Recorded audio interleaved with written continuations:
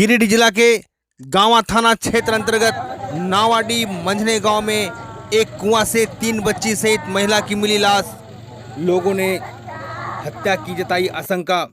सूचना मिलते ही पुलिस प्रशासन घटना स्थल पर पहुंची। 1-1.5 महीना पहले झगड़ा हुआ था, तो खबर भेजा गया था कि ऐसे ऐसे बात है, तो हम लोग पैसा भी दिए हैं 4000 रुपया और एक बोरा चार भी भेजे हैं और एक बोरा गेहूँ भी भेजे हैं। कहाँ झगड़ा हुआ? वहीं बासोटी में हुआ झगड़ा। दीपू चौधरी फ़ोन किया था कि वहाँ पहुँच लो कि नहीं बेटिया, तो हमने तो नहीं जानते थे, कल यहाँ तो नहीं पहुँचा लो। तो फिर हम जहाँ जहाँ यहाँ रिलेक्शन है उसका भी हमारा भी है मंझने में, तो यहाँ भी हम खोजें 3-4 जगह पता किए तो यहाँ पता नहीं चल रहा। और पहले भी मारपीट होता था क्या आपकी बेटी के साथ? हाँ किया था। क्यों करता था? 3 गो बची है उसके वजह। नावेडी मंझले गांव में एक कुएं में एक महिला और 3 बच्ची का शव प्राप्त हुआ है, जिसको कुआं से निकाला गया है और औसत कार्रवाई हेतु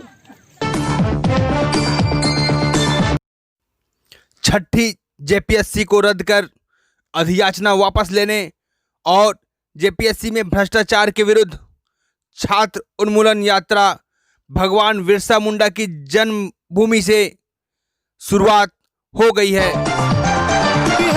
वीडियो सीओ का सीट यहाँ झारखंड में बेचा जा रहा है। करोड़ रुपया में हमारे माननीय विधायक इरफान अंसारी जी ने भी कबूल किया है, हमारे सीएम साहब ने भी कबूल किया है, तो रद्द क्यों नहीं करती है? 20 सालों से हमने अपने धैर्य को बनाए रखा। यहाँ की जो नियुक्ति प्रणाली है, यहाँ की जो संस्था है, यहाँ की जो न्यायपालिका है, उन सबों ने हमें छला है। हम जेपीएससी के अभ्यर्थी हैं, हम यहाँ पर कार्य करने के लिए उत्कंठा रखते हैं, लेकिन यहाँ की जो प्रणाली है वो कभी हमें कोर्ट में, कभी नियमावली में, कभी नियोजन में, कभी संशोधन में फंसा देती है।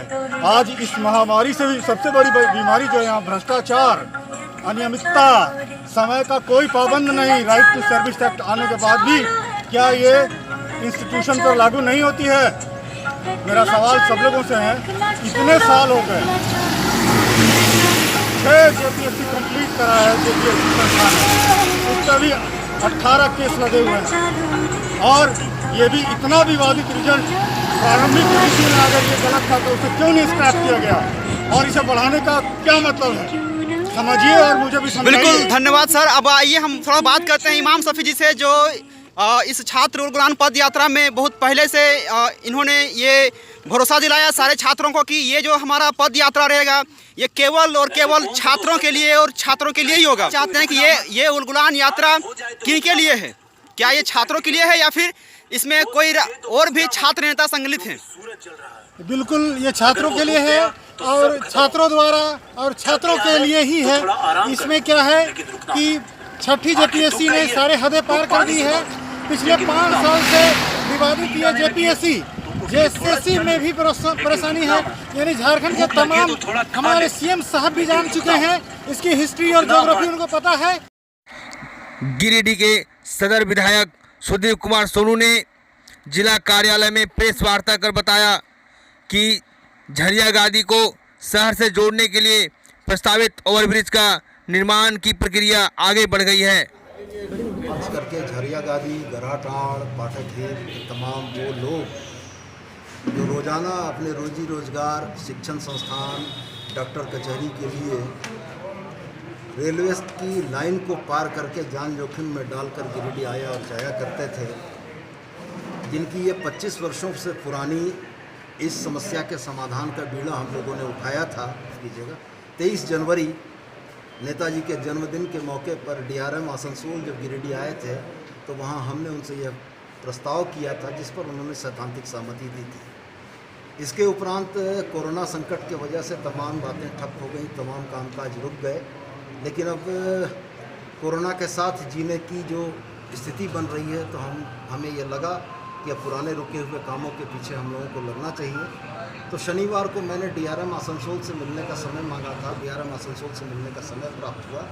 हम और हमारे जिलाध्यक्ष संजय सिंह जी और हमारे कोषाध्यक्ष कुमार गौरव, ये 3 लोग हम लोग यहाँ से गए थे, एक शिष्टमंडल, और इस शिष्टमंडल ने जाकर जब इन मुद्दों पर हम लोगों ने वहाँ पर बात की तो हमें यह देखकर बड़ा सुखद आश्चर्य हुआ कि रेलवे ने एक जिम्मेवार संगठन के तौर पर कोरोना काल के दरमियान भी इन चीज़ों पर पूरी तरीके से होमवर्क किया था। वहाँ पहुँचने पर डीआरएम साहब ने ये 2 प्रपोज़ल हमें दिए। एक प्रपोज़ल आरओबी का था, रोड ओवर ब्रिज का, और दूसरा प्रपोज़ल एलएचएस का था, लो हाइट सबवे। रेलवे के नियमों के अनुसार यदि उस जगह पर पूर्व में संपार railway crossing, level railway crossing अगर रही होती तो वैसी स्थिति में रेलवे उस पर बन रहे ब्रिज या एलएचएस का की कुल राशि का 50% खर्च करता। लेकिन रेलवे के नियमों के अनुसार चूंकि यह नया प्रपोजल है, इसमें डिपॉजिट हेड में 100% राशि का वहन राज्य सरकार को करना पड़ेगा। इस क्रम में डीआरएम साहब ने बताया कि रेल ओवर ब्रिज जो बनाने का प्रस्ताव है उसमें अनुमानित लगभग 45 करोड़ की राशि लगेगी, और एलएचएस जो गार्डना गली होते हुए अगर हम लोग बनवाते हैं तो रेलवे लगभग 8 करोड़ रुपए की लागत से इसको बनाकर देने के लिए तैयार रहेगा। मैंने ये दोनों ही प्रस्ताव ले लिए हैं। मैं आज रांची जा रहा हूँ, माननीय मुख्यमंत्री से इस संबंध में बात करके उनसे आग्रह करूँगा कि गिरिडीह की समस्याओं के प्रति उदार हृदय रखते हुए ये संबंध में राज्य सरकार से राशि का वहन करते हुए झरिया गादी, घराटांड़ और पाठक हीर की ग्रामीणों की बरसों बरस दशकों की समस्या का समाधान करने का प्रयास करें।